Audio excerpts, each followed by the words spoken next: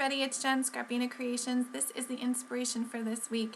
I was really drawn to the beautiful jewel color tones, and the only thing I had in my stash that I thought actually matched was this Maggie Holmes collection, so I decided to do a pocket letter for today's In Your Pocket. And I literally just cut up the papers from the paper pad. This is a washi from Heidi Swap, and you saw me flip it. It's because there was more kind of the confetti look on the bottom. It was heavier, more heavily dense on the bottom, and so I wanted that to anchor the washi. And then I'm just using this Hello die, which is a paper smooches die.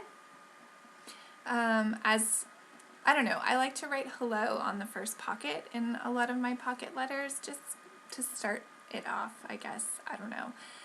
This is a tab die from Kelly Perky, and I love these tab dies, and I think they're just fun to add to pocket letters.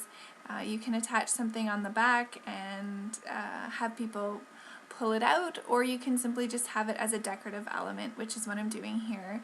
So I'm using a die cut piece from a Maggie Holmes collection. I'm not sure if it's the same one. I don't think it is, but it's still matched. So I absolutely love this paper from the collection, this one in particular, and I had the die cut camera, so I just really kind of plain and simple on this card, popped that up, and it was done. Love this doily paper as well. How many of you hoarded this from this collection? This is the second type of washi tape I'm bringing in, and I forget, I think it was a Michael's washi tape, and this is a Simon Says Stamp coffee cup die, and then I'm just going to use this gold banner at the top, which I simply just cut by hand.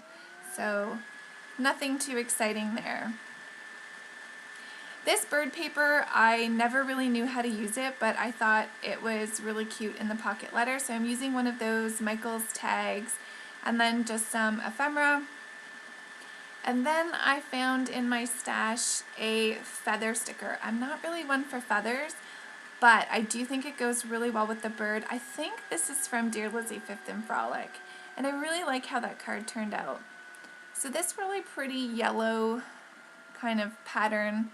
I leave this card pretty simple, so this is just a piece of paper from, you know, the top of the paper pad where it has the single hole where they'll often hang it from. I often use those in my pocket letters because they're the perfect side on either side of the hole.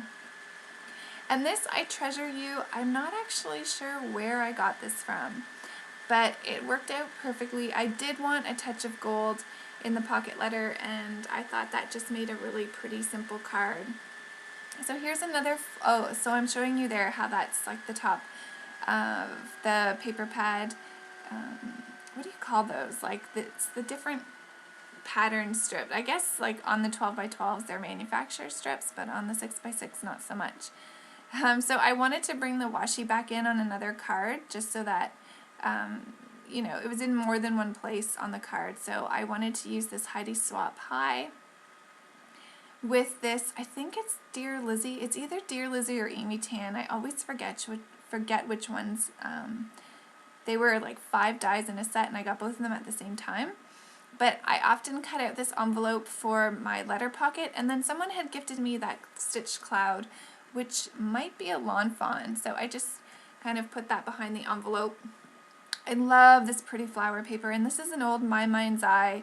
It's from, I think, the Tangerine collection. It's a 2012 collection, and so I just used that sticker. Love the camera paper too.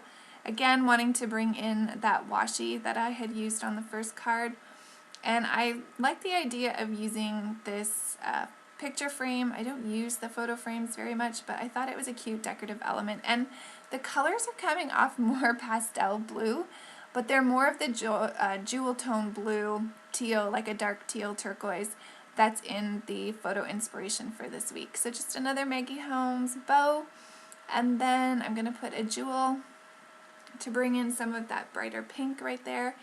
And those are my cards. So I already did the shaker pocket. I did a little something different where I kind of like used my fuse tool on different sections of the shaker pocket so that the sequins would kind of stay in the entire pocket. Now the only thing is I did burn through the paper, the baseball card holders.